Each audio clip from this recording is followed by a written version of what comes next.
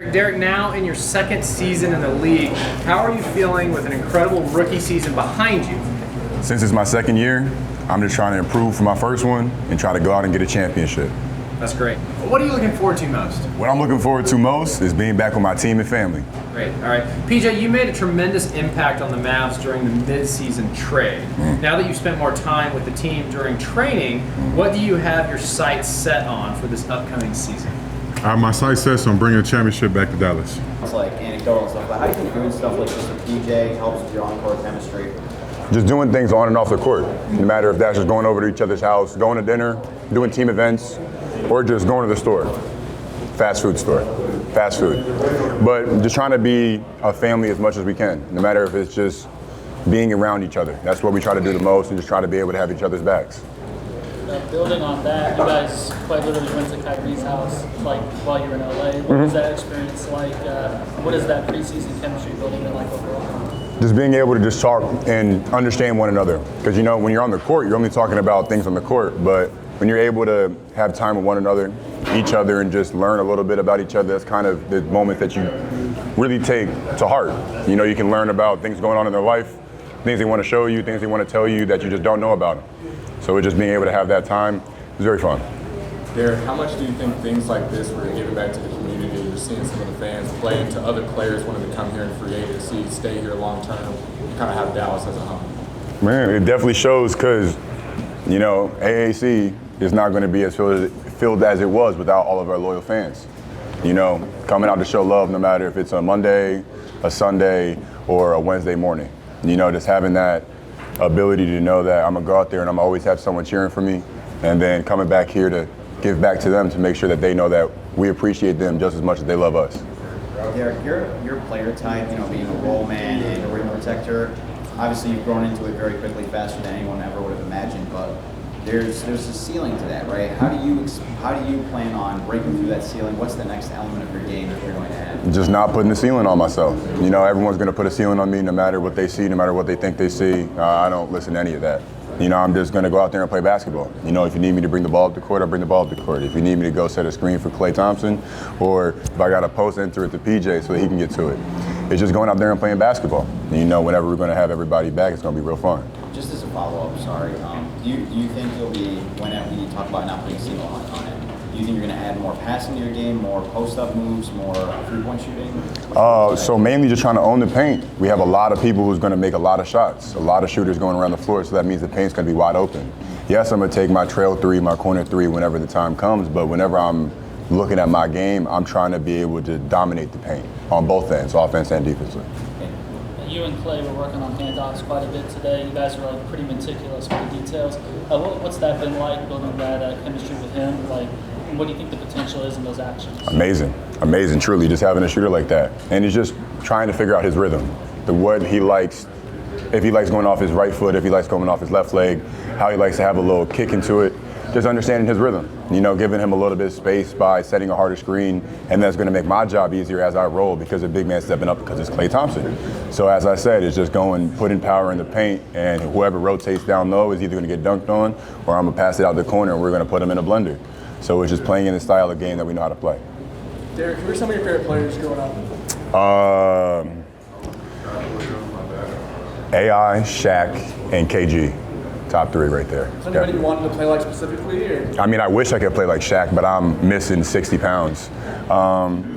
Exactly, you know, I got to keep eating some canes. But, you know, I definitely watched a lot of Kevin Garnett, you know, his mentality. You know, he's just, no matter where he is on the floor, you're going to know he's there, and you're going to hear him, and you're going to feel his presence. All right, one more question.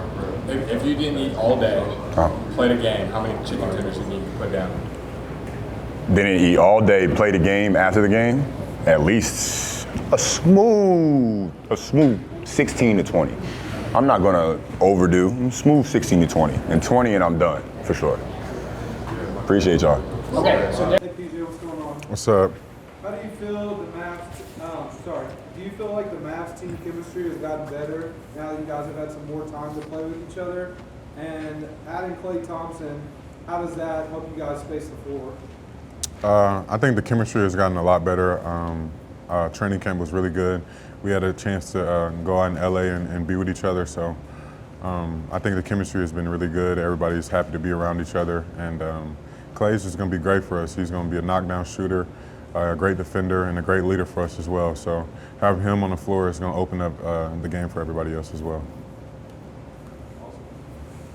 You just talk about being a youngster. Did you ever have a chance to work fast food?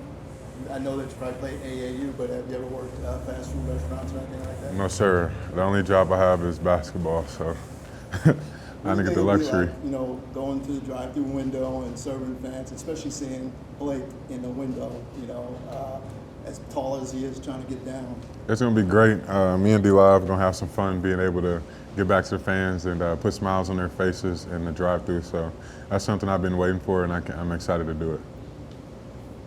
PJ, who are some of your favorite players growing up? Some of my favorite players growing up, Jason Terry. My mother used to coach his daughter, so I was really close with his family. Coach Kidd, Dirk. I used to come to all the games. I had their jerseys, and those are my favorite players.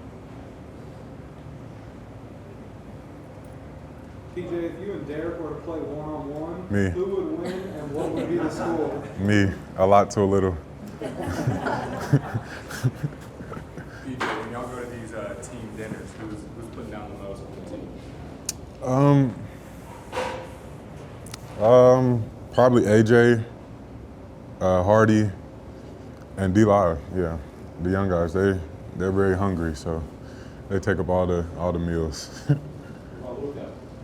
Nah, Luka just drinks his beers. PJ, you're obviously from Dallas. But thinking back as a kid, who's your all-time Mavericks starting five? My all-time Mavericks starting five as a kid, I would have to put Coach Kidd at the 1. I put Kai at the 2, Luka at the 3, Dirk at the 4, and Tyson at the 5.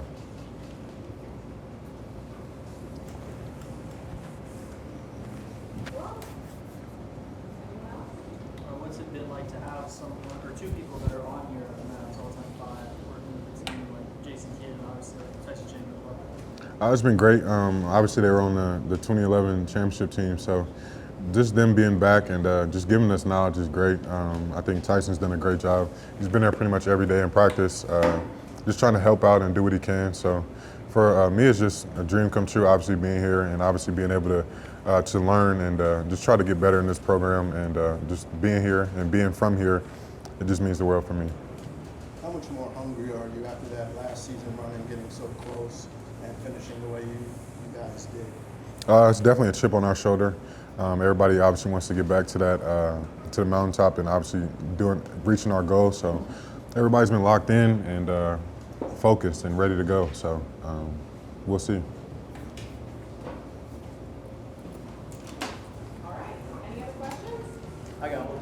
You got one? Yeah. All right. Yeah, PJ, could you walk us through the infamous standing on business pose and why did you do it and how did it become sort of a staple for the Mavericks playoff?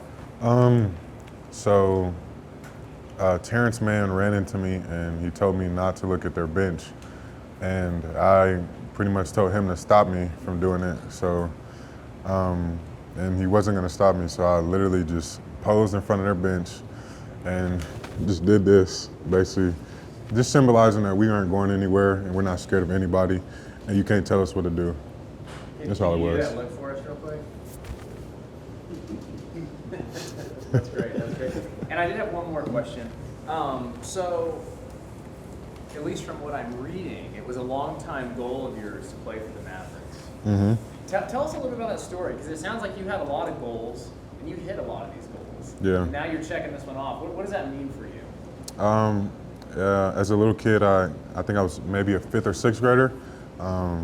I took a piece of paper and I wrote down like maybe 5 or 6 goals that I had, and one was play for Kentucky, be a lottery pick, play on the USA team, and obviously be a Dallas Mavericks. So I stapled it to my wall, and every day that's what I woke up and seen. So I took a picture of it, I had it as my background, and I just used it as motivation, and I knew at a young age what I wanted to do with my life. So. PJ, how often do you get asked to do the stand on business post? Every time somebody sees me.